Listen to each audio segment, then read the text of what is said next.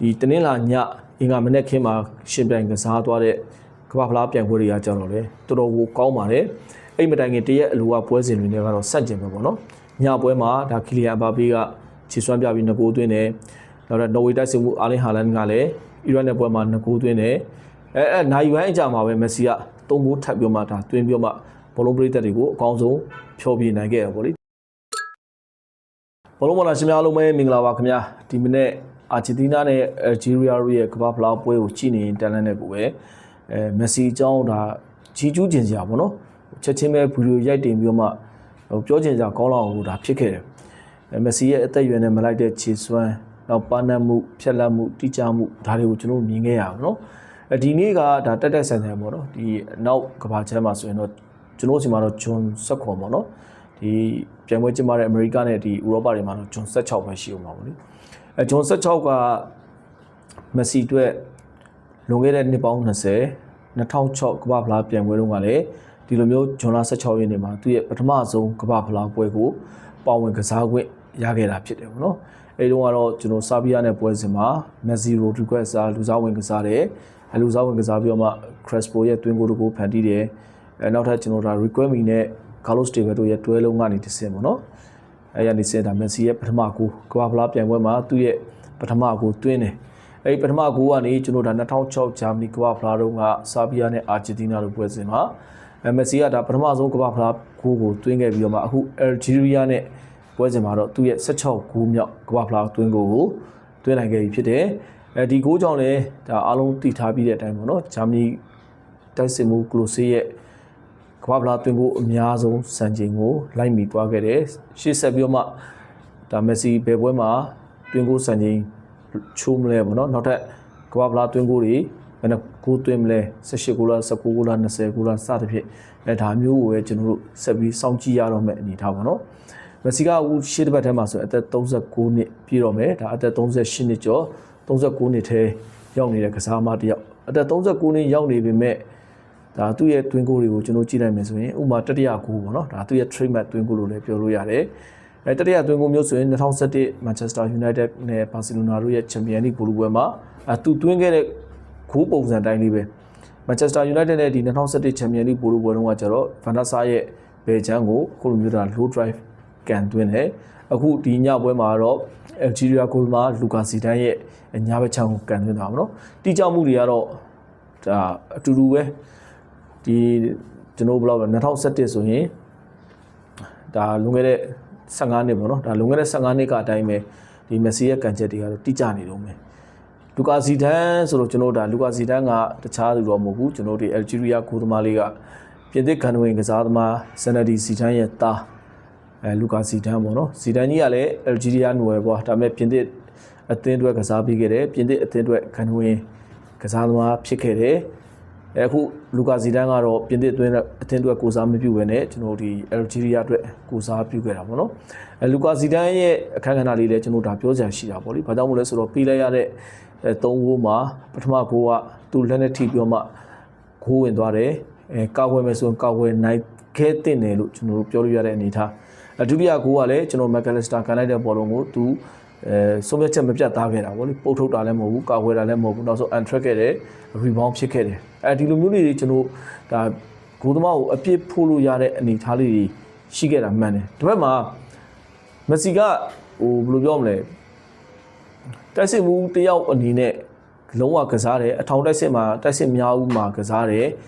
အသက်အရွယ်အရလည်းအကောင်းဆုံးအရွယ်မျိုးဆိုတော့ဟိုဒါသိမ့်မဆန်းဘူးဗောလေဒါပေမဲ့အသက်39နှစ်အရွယ်ရောက်နေတဲ့ကစားမတစ်ယောက်အနေနဲ့ဆိုတော့ချီးကျူးစရာကောင်းပါတယ်ပထမတွင်းကိုပဲကျွန်တော်ဒါကြည့်ကြရအောင်ဗောနော်ပထမတွင်းကိုမှာဆိုရင်ကွင်းလေဒီကိုအသင်းဘက်အချမ်းကနေဒီဘောခင်းပေးလိုက်တဲ့ဘောလုံးလည်းတော်တော်ကောင်းပါတယ်ရုပ်ရည်ဖြတ်ခင်းလိုက်တာခင်းပေးလိုက်တယ်ခင်းပေးလိုက်တဲ့ဘောလုံးကိုဒါမက်ဆီကဆွဲပြေးတယ်ဆွဲပြေးပြီးတော့မှ25ခိုက်အကွာနေကန်လိုက်တယ်ဗောလေဒီလိုမျိုးမကန်ခင်မက်ဆီဆွဲလာတဲ့အချိန်ကလေးကလူကာစီဒန်ကတဖြည်းဖြည်းနောက်ဆုံးပြီးတော့မှသူ့အနေထားတစ်ချက်ခုံလိုက်တဲ့ကြာတော့ညာဘက်ကိုနည်းနည်းယို့လိုက်တာဗောနော်ညာဘက်ယို့ပြီးတော့မှမက်ဆီညာဘက်ချမ်းကိုကန်မယ်ဆိုတဲ့အပေါက်မျိုးအမျိုးပုံစံယူရတယ်ဒါပေမဲ့အဲ့အချိန်မှာဂျူရီးယားကစားမ2ယောက်ကဝင်လာဖြတ်တဲ့အချိန်မှာပဲမက်ဆီကဒီဂိုးသမားရဲ့ဘယ်ချမ်းကိုကန်လိုက်တာဗောနော်ဒီလိုကန်လိုက်တဲ့အနေထားမှာကစားသမား2ယောက်ကြားနေထွက်လာတဲ့ဘောလုံးဖြစ်တာတကြောင် လူကာစီဒန်ကိုယ်တိုင်ကလည်းညာဘက်ကိုယို့ထားတဲ့အနေထားပေါ့လေညာဘက်ကိုလုံးဝရိမ့်ထားတာမျိုးတော့မဟုတ်ဘူးညာဘက်ကိုနည်းနည်းလေးအားပြုထားတဲ့ပုံစံဖြစ်တယ်နောက်တစ်ခုကကျတော့သူမတန်တဲ့ဘက်အခြမ်းနဲ့ဖြစ်တဲ့အချိန်ဒီမှာကျတော့ဘောလုံးတော့ထိတယ်အလုံးစုံကောက်ဝင်နိုင်ခြင်းမရှိခဲ့ဘူးဆိုတဲ့ဂိုးဖြစ်သွားတာပေါ့နော်ဒီဂိုးနဲ့ကျွန်တော်တို့ဒါအစပြုတယ်နောက်ထပ်ကျွန်တော်တို့ဒါဒုတိယပိုင်းမှာဒီမက်ကလက်စတာကန်လိုက်တဲ့ဘောလုံးဒီဘောလုံးမှာဆိုရင်ဒါဂိုးမှာလူကာစီဒန်ရဲ့အားနည်းချက်ကတော့တေချာပေါက်ကျွန်တော်တို့ဒါပြောရမယ်အဲ့လူကာစီဒန်ရဲ့အားနည်းချက်နဲ့တူကျွန်တော်တို့မဖြစ်မနေဆက်တဲ့ပြောရမှာကြတော့မတီးဒီကျွန်တော်တို့ဒါဂျီရူယာခန်စစ်ကကျောင်းနံပါတ်1ပေါ့နော်ဒီကျောင်းနံပါတ်1မန်ဒီဆိုတဲ့ကစားမဒီကစားမရဲ့ဒီအားနည်းချက်ကိုလည်းကျွန်တော်ထည့်ပြီးတော့မှပြောရမှာပေါ့နော်ဘာကြောင့်မလဲဆိုတော့အန်ထွက်လာတဲ့ဘောလုံးကိုအနည်းဆုံးမှရှိတာကြတော့ဂျီရူယာခန်စစ်ကဒီမန်ဒီဆိုတဲ့ကျောင်းနံပါတ်1ကစားမရှိတယ်မက်ဆီကကျတော့သူ့ဘက်ကိုပို့ပြီးတော့မှခက်လန်းလန်းရှိတယ်ဒီလိုခက်လန်းလန်းရှိတဲ့အနေအထားမှာလုံးဝကို right place right time ကျွန်တော်တို့ဒါအချိန်မှန်နေရာမှန်ဝင်ပြီးတော့မှဒါတွင်းသွားခဲ့တယ်ပေါ့နော်ဟိုကောက်စားတွင်းကိုတကူဆိုပေမဲ့ဒီအသက်အရွယ်နဲ့မလိုက်အောင်ဖြတ်လက်မှု response ကောင်းမှုဆိုတဲ့အချက်ကိုလည်းကျွန်တော်တို့ဒါဒီနေရာမှာမြင်ရတယ်နောက်ထပ်ဒီတတိယကိုပေါ့တတိယကိုကလည်းဒါမက်ဆီရဲ့ဒီ trademark တွင်းကိုဒီတွင်းကိုမှာဆိုရင်ဂိုးအတွက်စပြီးတော့မှတိဆောက်တဲ့အပိုင်းမှာလည်းဒါမက်ဆီကနေပဲစတင်တယ်စတင်မျိုးမှာဒါညာချမ်းကလူစားဝင်ကစားသမားဒီကိုကွန်ဆာလက်ကိုခင်းတယ်ဒီကိုကွန်ဆာလက်ကလည်းပုံမှန်ဆိုရင်တော့ဒီလိုညာချမ်းကနေဘောလုံးမျိုးကဒီ penalty box နားလောက်ထိကို low cross ပဲဖြစ်ဖြစ်ကျွန်တော်ဟို something ချိုးတာပဲဖြစ်ဖြစ်အမြောက်ဘောပဲဖြစ်ဖြစ်ပေါ့နော်ဒီလိုမျိုးကန်တင်လေးရှိတယ်ဒါပေမဲ့ဒီကိုကွန်ဆာလက်ကလည်းဒါအာဂျင်တီးနားကစားသမားတွေကြားမှာမက်ဆီနဲ့ရှိတဲ့ link up play ပေါ့နော်ဒီ link up play ကိုဟိုကျဉ်ညက်နေတဲ့သဘောမျိုးကျွန်တော်မြင်ရတယ်ဒီကိုကွန်ဆာလက်ကလည်းဂိုး area အဆက်မှာအသင်းဆောင်တဲ့မက်ဆီကိုခင်းပေးလိုက်တယ်ပေါ့လေခင်းပေးလိုက်တဲ့ဘောလုံးကိုလည်းသူရဲ့ trademark တိုင်းတစ်ချက်နှစ်ချက်ထိန်းပြီးမှလမ်းကန်လိုက်တယ်ပေါ့နော်ကန်လိုက်တဲ့ဘောလုံးကလည်းတော်တော်ကိုတိကျတာကိုကျွန်တော်သွားပြီးတော့တွေ့ရတယ်ဒီတော့အဲ့တွင်းကိုစလုံးမှာဆိုရင်ပထမဂိုးမှာမက်ဆီရဲ့ပါနမှုကိုကျွန်တော်မြင်ရတယ်ဒုတိယဂိုးမှာဒါမက်ဆီရဲ့ဖြတ်လက်မှုကြံနေသေးတယ်ဆိုတာကိုမြင်ရတယ်တတိယဂိုးမှာတော့မက်ဆီရဲ့ကန်ချက်တိကျမှုဆိုတာကိုကျွန်တော်ဒါထပ်ပြီးတော့မှမြင်နေရတယ်ပေါ့နော်ဟိုမက်ဆီကဒါ hat trick ရတဲ့ဟာဆိုရင်အသက်ကျွန်တော်ဒါ39နှစ်ပြည့်ကန်ဒီစတဲ့မှာဒါ hat trick ကမ္ဘာဖလားပြိုင်ပွဲမှာဆိုသူကပထမဆုံး hat trick ရတယ်မှတ်တမ်းတွေရဆိုတော့ကျွန်တော်ဒီအသက်ကြီးဆုံး hat trick ရတဲ့သူလည်းဖြစ်လာတာပေါ့နော်အဲ့မတိုင်ခင်တော့ဒူလေးကဒီအသက်33နှစ်ကျော်မှာ2018ကမ္ဘာဖလားလုံးက hat trick ရခဲ့မှုတာရှိတယ်ဟိုအသက်အရွယ်ပိုင်းခြားရလဲအသက်ကြီးဆုံး hat trick စံချိန်ဆိုတဲ့အမျိုးဖြစ်လာဒါတော့ဟိုဒီပြိုင်ပွဲမှာဒူလေးကလည်းဆက်ပြီးမှချိုးမယ်ဆိုရင်ဒါချိုးလို့ရပါတယ်ဒီကတော့ရေးတော့မကြည့်ဘူးเนาะဒါဒူလေးကဒီမှာ hat trick တွင်းခဲ့မယ်ဆိုရင်လည်းဒါကမ္ဘာဖလားပြိုင်ပွဲတမန်တစ်လျှောက်မှာအသက်40ကျော်နဲ့ hat trick ရတဲ့တူးသီးတော့ကစားမဖြစ်တော့ဖြစ်ချင်းဖြစ်သွားအောင်ပါပေါ့နော်ဟိုအဓိကနိုင်ချင်တာတော့ကျွန်တော်ဒူလီနဲ့မက်ဆီနိုင်ရှင်ဖို့ပြောတာတော့မဟုတ်ဘူးဒီညပွဲစဉ်မှာလည်းဒူလီလည်းဘယ်လောက်ထိတာပေါ်တူဂီတဲ့လုံနိုင်မလဲဆိုတော့ကျွန်တော်ကြည့်ရမယ်ဒီနှစ်ယောက်ရဲ့longevity ကတကယ်ကိုအားကောင်းဆုံးပါတယ်ကျွန်တော်ဟိုကမ္ဘာအကောင်းဆုံးဘောလုံးသမားတွေဆိုတာစပြီးမှတွက်မယ်ဆိုရင်94လောက်ကနေကျွန်တော်ဘောလုံးပွဲစကြည့်တဲ့93 94လောက်ကနေစကြည့်မယ်ဆိုဘက်ကီယိုတို့ရိုမာရီယိုတို့ဒီကစားမတွေရှိမယ်နောက်ထပ်ဒူကြီးတို့လိုမျိုးကစားမတွေရှိမယ်နောက်ထပ်ကျွန်တော်တင်ညိုတို့ဇီဒန်တို့ပေါ့နော်ဆက်ဆက်ပေါ့လေကာကာတို့ကအစဒီလိုကစားမမျိုးတွေဆက်ဆက်ရှိပေမဲ့ဥပမာရိုနယ်ဒီညိုဆိုရင်ကျွန်တော်ဒါ2002ဒီ2001 2002လောက်ကနေသူ့ရဲ့ဒီ peak form တကူကကျတော့2006ခွန်8 2008လောက်ဆိုရင်ဒါဒီညိုကအကြပဲရောက်သွားတယ်အာလာကိုကျွန်တော်6နှစ်9နှစ်ဆိုတာမျိုးပေါ့နော်ကာကာဆိုလည်းဒီတိုင်းပဲ2000ကမ္ဘာဖလားမှာသူလူငယ်ကစားမတစ်ယောက်အနေနဲ့ဘရာဇီးလေရွေးစင်မှာပါလာတယ်လူစားဝင်ကစားဝင်ရတယ်2000ကနေစပြီးကာကာကိုကျွန်တော်စပြီးမှထိတွေ့ခဲ့ရမှာ2008ဒါရီယယ်မက်ဒရစ်ကိုရောက်တဲ့ချိန်ကျတော့လေကာကာရဲ့ peak form တကူကအကုန်သွားပြန်တယ်ပေါ့နော်ဇီဒန်ကြီးကတော့ဒါထူးကြရအောင်ဇီဒန်ကတော့ပို့ပြီးမှသူတို့တဲ့စာရင်အကောင်းဆုံးခြေစွမ်းကိုတော်တော်လေးကိုထိန်းနိုင်တယ်96လောက်ကနေစပြီးမှဇီဒန်ကတဖြည်းဖြည်းပေါ့နော်ဒါ peak form တခုမဟုတ်သေးမယ်ဇီဒန်ကပြင်သစ်ရဲ့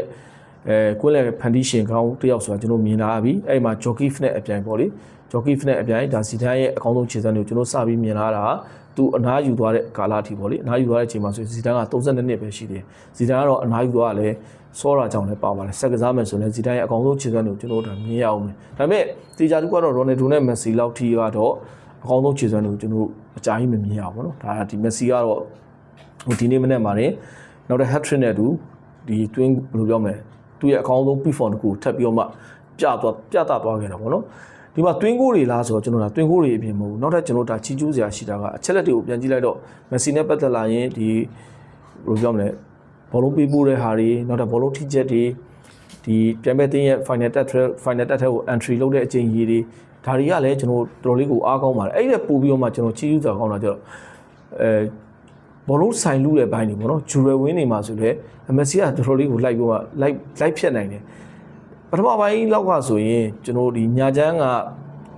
ခံစစ်ထိလိုက်ပြီးတော့မှဆင်းပြီးမှဖြတ်လို့တယ်ဘောလုံးဖြတ်လို့တာ tackle ဆိုတာ2ကြိမ်ရှိတယ်2ကြိမ်လုံးလိုက်ဖြတ်နိုင်တယ်ဆိုတော့သူ့ရဲ့ပုံစံကကျွန်တော်ကြည့်မယ်ဆိုခံစစ်ကိုလည်းသူရသလောက်ထိကတော့လိုက်ကူတယ်ဆိုတာမျိုးကျွန်တော်တွားတည်ရတယ်ဒါပေမဲ့တပွဲလုံးလိုက်ကစားနေလားတပွဲလုံးတော့လိုက်ကစားဘယ်တော့လိုက်ကစားနိုင်မလဲပေါ့နော်တပွဲလုံးလိုက်ကစားနိုင်တဲ့ဟာမျိုးတော့မဟုတ်ဘူးသူနည်းနည်းလေးဒီဘယ်လိုပြောမလဲသူနားလို့ရတဲ့အချိန်မျိုးမှာကြာရင်ခိုးပြီးတော့မှနားတယ် AC လမ်းလျှောက်ပြီးတော့မှကစားတာမျိုးတွေလည်းကျွန်တော်ရှိပါတယ်ဒါပေမဲ့ဒီအသက်အရွယ်နဲ့ခံစစ်ကိုပါလိုက်စင်းကူခြင်းနဲ့စိတ်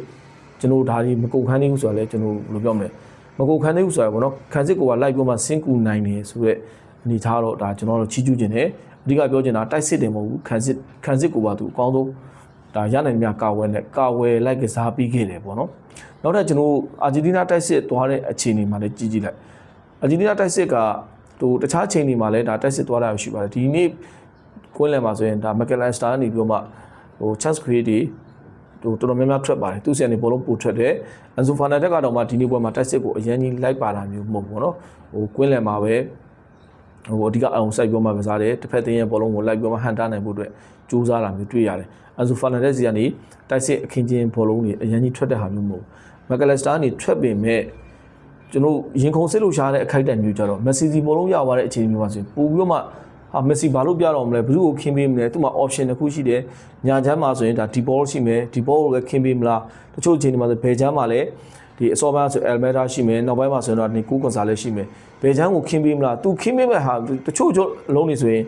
်ညာချမ်းနဲ့ဘယ်ချမ်းမှာအစွန်နေမှာအလူကြီးခင်းပေးလို့ရပါမယ်အကောင်းဆုံး option မျိုးဖြစ်တဲ့ Lautaro Martinez ကိုခင်းပေးလိုက်တဲ့ဘောလုံးမျိုးတွေလည်းကျွန်တော်မြင်ရပါဘောနော်ဒါကဘာလို့ပြောမလဲပြီးရင်ပြီးဆိုလဲခင်းပေးလိုက်တာမဟုတ်ဘဲနဲ့အသင်းအတွက်တိုက်စစ်လမ်းကြောင်းအကောင်းဆုံးဖြစ်မယ်ဆိုတဲ့အပေါက်မျိုးကိုဒါမက်ဆီကအခုချိန်ထိကြိုးစားနေတော့တွက်ချက်ပြီးတော့မှလုပ်နေတော့ဆိုတာကိုကျွန်တော်ထပ်ပြီးတော့မှတွေ့ရတဲ့အချက်ပေါ့နော်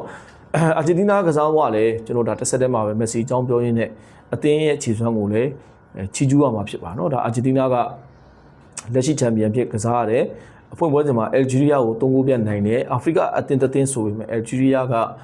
ဒါအာဖရိကမှာအစိတ်ရှိတဲ့အသင်းတစ်သင်းလို့ပြောလို့ရတယ်ဥရောပရောက်ကစားသမားတွေအများကြီးပါတယ်အသင်းလိုက်ခြေစွမ်းနဲ့အားကောင်းတဲ့ပုံစံမှာရှိရပေါ့နော်နောက်တဲ့ကစားသမားတွေလည်းတဖြည်းဖြည်းများလာပါပြီကျွန်တော်အရင်တော့ဒီ2014အယ်ဂျီးရီးယားလောက်ထိမကောင်းဘူးဆိုရင်တော့မှလက်ရှိအယ်ဂျီးရီးယားလည်းအညံ့ကြီးမဟုတ်ဘူးဒီလိုအသင်းမျိုးကိုဂိုးပေါက်တဲ့ကန်သွင်းခွင့်တစ်ချိန်မှမရှိအောင်အာဂျင်တီးနားခံစစ်ကကစားသွားနိုင်ခဲ့တယ်ပေါ့နော်အာဂျင်တီးနားခံစစ်ရဲ့ဆွမ်းဆောင်ရည်ကိုလည်းတကယ်ကိုချီးကျူးဖို့ကောင်းပါတယ်ပုံမှန်အဖြစ်ကျွန်တော်တို့ခံစစ်အထိုင်မှာဆိုရင်အော်တာမန်ဒီနဲ့Lautaro Martinez ကိုသုံးတာမျိုးရှိတယ်အော်တာမန်ဒီနဲ့ Romero ကိုသုံးတာမျိုးရှိတယ်ဒီနေ့ပွဲစဉ်အတွဲရတော့ပို့ပြီးမှမှန်တယ်လို့ကျွန်တော်ပြောလို့ရပါတယ်နှစ်သင်းလုံးဒီနှစ်ယောက်စလုံးပေါ့လေ Romero ရော Lisandro Martinez ကောအမားရိုးမရှိအောင်ကစားနိုင်လို့တယောက်နဲ့တယောက်လည်းဟန်ချက်ပို့ပြီးမှညီရာတွေ့ရတယ် Romero ကတော့ဒါသူ့ရဲ့ထုံးစံတိုင်းဒီကွင်းလက်ထိတက်ထောက်ပြီးမှဘောလုံးတွေလိုက်ဖြစ်တယ်ဘောလုံးတွေကိုခက်ကြမ်းကြမ်းဝင်လူတာမျိုးရှိတယ် Lisandro Martinez ကကြတော့သူ့ရဲ့နောက်ကနေကျွန်းထွက်လာတဲ့ဘောလုံးတွေကိုရှင်းတယ်ပို့ပြီးမှအားကောင်းတာကြတော့ Manchester United မှာမြင်နေရတဲ့အတိုင်းပဲ Lisandro Martinez ကဒီတိုက်စစ်နဲ့ကွင်းလယ်ကိုဘောလုံးခင်းပေးတာတွေဘောလုံးပေးဖို့တဲ့ဟာတွေတော်တော်အားကောင်းတယ်ပြီးစလို့မခင်းပေးဘူးဥပမာဖြစ်ကျွန်တော်ဒီကိုခံစစ်မှာ bit up play လုပ်မယ်ပေါ့နော် bit up play လုပ်မယ်ဆိုရင်ဘယ်ချမ်းမှာ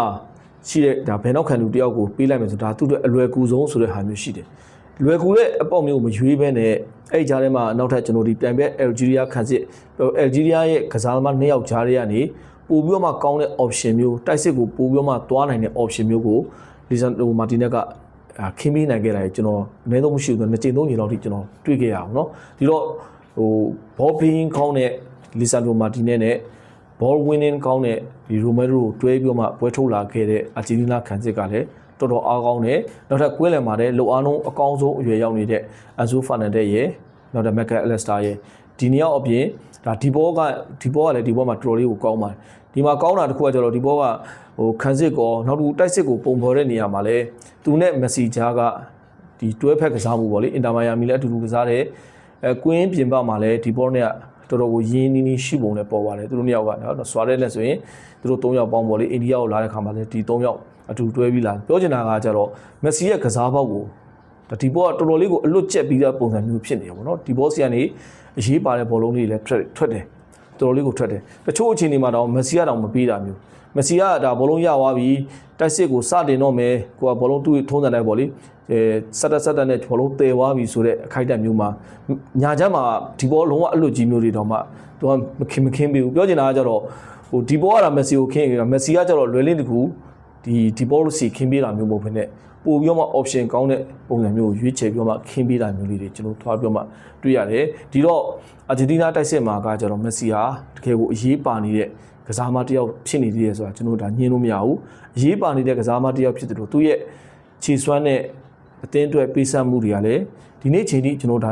မကြဆင်းသွားသေးဘူးပေါ့လေလွန်ခဲ့တဲ့နှစ်ပေါင်း20 2006ကမ္ဘာ့ဖလားပြန်ပွဲတုန်းကသူ့ရဲ့ကစားမဘဝပထမဆုံးကမ္ဘာ့ဖလားတွင်းကိုတွင်းခဲ့ပြီးမှအောင်ပွဲခံခဲ့တယ်လို့ပဲဒီနေ့ပွဲစဉ်မှာလည်းရတဲ့တွင်းကိုတွေဆိုရင်ဂိုးသွင်းပြီးအောင်ပွဲခံတဲ့ပုံစံကဟိုဘယ်လိုပြောမလဲအသက်16နှစ်အရွယ်ကအတိုင်းပဲပေါ့နော်တကယ်ကိုနိုင်လိုစိတ်ကအမြင်နဲ့ပြင်းပြနေတော့မယ်ဆိုတော့ကျွန်တော်ပြန်ပြီးတော့မှတွေ့ရတယ်ဒီပွဲရဲ့အကောင်းဆုံးကစားမဆုကိုလည်းဒါလီယိုနယ်မက်ဆီကလီယိုနယ်မက်ဆီကပဲရပါဘောเนาะဒါတိတ်တော့မဆန်းပါဘူးကန်ဆတ်စီးတီးကွင်းမှာကမက်ဆီကဒီမေဂျာလိအနေနဲ့လည်းလာကစားဘူးတယ်နောက်တစ်ခါကျတော့နောက်ဒီမြောက်အမေရိကဖလားလာမလို့အဲ့ပွဲဖြစ်လဲကစားဘူးတယ်ကန်ဆတ်စီးတီးမှာ2ကွင်းရှိတာပေါ့เนาะကျွန်တော် Arrowhead ကွင်းရဲ့နောက်တဲ့ Churran Park လာပါလားအဲ့ကွင်း2ကွင်းရှိတယ်အဲ့2ကွင်းလုံးမှာမက်ဆီကအရင်ကလည်းကိုသွင်းဘူးတယ်အခုဒီချိန်ကတော့ဒါ hat trick ဆိုတော့သူ့အတွက်ပို့ပြီးမှအမတ်တရဖြစ်သွားတာပေါ့နော်ဒါမက်ဆီကကစားမဘွားမှာဆိုရင် hat trick က65ချိန်မြောက်ရှိသွားပြီအာဂျင်တီးနားလည်းရွေးစင်အသင်းအတွက်က10ချိန်ဘာစီလိုနာအသင်းအတွက်က48ချိန်အင်တာမိုင်ယာမီအသင်းအတွက်က9ချိန်ပေါ့နော်hat trick ပေါင်းဒါ65ချိန်ဂိုးပေါင်းလဲကျွန်တော်ဒါ100နဲ့မှ90နဲ့မှ3ဂိုးလား193ဂိုးရှိသွားခဲ့ပြီပွဲအရေးအတွက်အဖြစ်နဲ့ဒါမက်ဆီကကမ္ဘာ့ဖလားပြိုင်ပွဲမှာဆိုရင်ပွဲပေါင်းဒါ20နဲ့မှ9ပွဲထိကစားထားပြီပေါ့လေဒါလည်းကျွန်တော်ဒါ record တွေပဲနောက်ထပ်ကမ္ဘာ့ဖလားပြိုင်ပွဲရဲ့အဆင့်တိုင်းအုပ်စုအဆင့်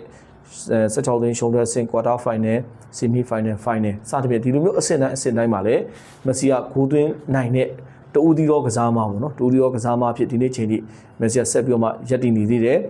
ရှေ့ဆက်ပြီးလဲကျွန်တော်ဒါဒီပြိုင်ပွဲမှာမက်ဆီကဒါတူဦးချင်းအနေနဲ့ကတော့ကရိုစီရဲ့စံချိန်ကိုသူကအရင်ဆုံးချိုးနိုင်မှုတော့အလားအလာကောင်းသွားပြီပေါ့လေဒီကြားထဲမှာကျွန်တော်ကီလီယန်အဘာဘေးကလည်း